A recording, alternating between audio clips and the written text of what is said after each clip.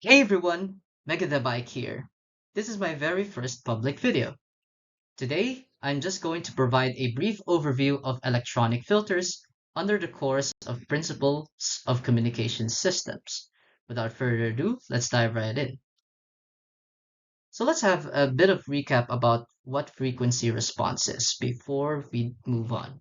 So any particular frequency response is represented by a transfer function, which is represented by a complex variable s, which involves sigma plus omega j, whereas sigma represents the exponentials such as damping or exponential growth, and omega represents the sinusoids or any particular periodic functions or oscillations present in the system. By setting O sigma equal to 0, we actually focus on the sinusoids, periodic functions, which involves frequencies. Hence, we basically set S equal to omega j from this point onward. Now let's take a look at some common Bode plots that we usually see. So here are the common Bode plots that we see when we are finding the frequency response of systems. We do have a constant, a pole at the origin, a zero at origin, a real pole, and a real zero. Now, there is something missing though. Now, this involves complex zeros and complex poles, which actually has the same derivation process, but the output of these guys is actually quite a little bit different because they're much steeper when it comes to their gain, and it also has a lot of phase shifts. Now on to filters. So what exactly is a filter? So a filter is just basically an electronic circuit designed to remove certain frequencies while allowing others to pass. So filters usually come in two major types specifically. So we have the passive and active filters. Passive filters involve passive components such as resistors, capacitors, and inductors. They usually absorb power and therefore dissipate heat, but they're not capable of amplification as they do not require external power sources to power them or filter out signals. Next, on the other hand, we have the active filter, which do require external power sources, which ultimately delivers power, and it's also capable of amplifying signals. So why are filters important in communication systems? So obviously they're used for signal processing. They help separating desired signals from unwanted noise. This is essential if you're actually doing a lot of audio processing. Bandwidth limitation. They also limit the bandwidth of signals that can literally prevent or at least reduce the risk of crosstalk, which is basically interference. They are also frequency selective, as mentioned earlier. They also enhance the quality and integrity of transmitted data by reducing distortions before even by receiving or further processing the signal. And they also improve the efficiency of communication systems by optimizing the use of the whole EM spectrum. Now, on to the types of filters that are used in communication systems. So let's begin with the low-pass filter.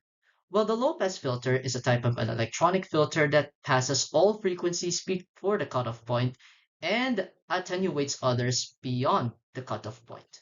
So this actually comes in an RC design, passive designs, which, for example, it is an RC and an RL filter, and we also have an inverting active variant.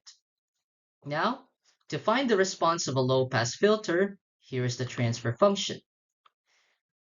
So I've just basically derive it all for you. You can actually derive it if you all wanted to. Now, notice, when omega is just basically equal to omega c, we just basically have 20 log base 10 of 1 over square root of 2, which ultimately has a kind of like a soft spot at negative 3 dB. This is also known as the cutoff point or the cutoff frequency. And when you plot the Bode plot, it looks like this. As you can see, we can literally see any particular low frequency before negative 3 dB is passed. while these particular frequencies beyond the cutoff point are actually attenuating at a slope of at least 20 decibels per decade. Now onto the high-pass filters. These are electronic filters that attenuates all frequencies before the cutoff point and passes others beyond the cutoff point. So this actually comes in its passive designs. For example, we have an RC and an RL filter, and as well as an inverting amplifier variant. Now onto the transfer function.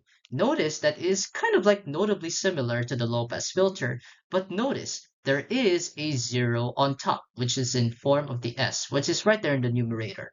Now notice, when omega is equal to omega C, the gain ultimately becomes 20 times log base 10 of the square root of 2, which is pretty much close to 3 dB. Now notice in the low pass filter, it's just basically going down. But this time, when you look at the frequency response of it, it's going up. It attenuates all particular frequencies before the cutoff point at a slope of at least negative 20 dB per decade, and of course passes all of the frequencies beyond the cutoff point. Now onto the band pass filter. Now this is a filter that passes a specific range of frequencies while attenuating others that are outside the band. It also comes with this passive one, for example, and also an active one. Now notice that this is just basically a cascaded version. If this is just basically a result of cascading a high pass with a low pass filter.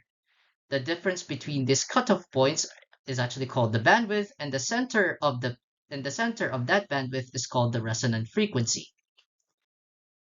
Now on to the last one, which is the band stop filter. Now this is just basically an electronic filter that attenuates signals within a specific bandwidth while allowing other frequencies outside of the band to pass through. In other words, this is just basically the opposite of a bandpass filter. Now there is a particular special type of filter called the notch filter, but this time it has a narrower bandwidth. Now this is basically constructed by summing the outputs coming from the low pass and the high pass filters. And when you have that, you'll have this response. The very first response has a narrower bandwidth. That means that all oscillations will die out slower, while that on the other side, the frequency on that which has actually a wider bandwidth, that means all oscillations actually die out quickly. Now on to filter design considerations. First, you need to know what filter type are you using. Are you opting for a low pass, a high pass, a band pass, or a band stop, or even an all pass filter? The next one is knowing your cutoff frequencies. What frequencies do you want to literally pass on to your system? And the next one involves filter order, which involves how many passive components that you'll use for your filter. The next one involves impedance matching, which is basically important in order for your particular amplifier to avoid losing any signals or to avoid losing any gain within the amplifier. The next one involves filter topology. This may come in kind of like, for example, a Butterworth, a Chebyshev, an elliptic, or a Bessel filter, which may be different when in terms of exhibiting their particular response, such as their the roll-off speed, and their linearity. The next one involves power handling. Make sure that the filter literally is like withstanding so much power, and make sure that the power is adequate enough to literally amplify your signal. The next one involves noise performance. Make sure that your filter is very tolerant even to the noisiest of places. The next one involves temperature stability, as components usually heat up. Make sure that they're in the operating condition. And also consider the physical size and cost of your amplifier, as pretty much components are too expensive. You can literally waste up more components and more time by literally making a filter that is size that is pretty much too costly. So that's pretty much it. And that is the end of it. I hope that you enjoy this brief yet unscripted overview. And as always, thank you so much for watching. Goodbye.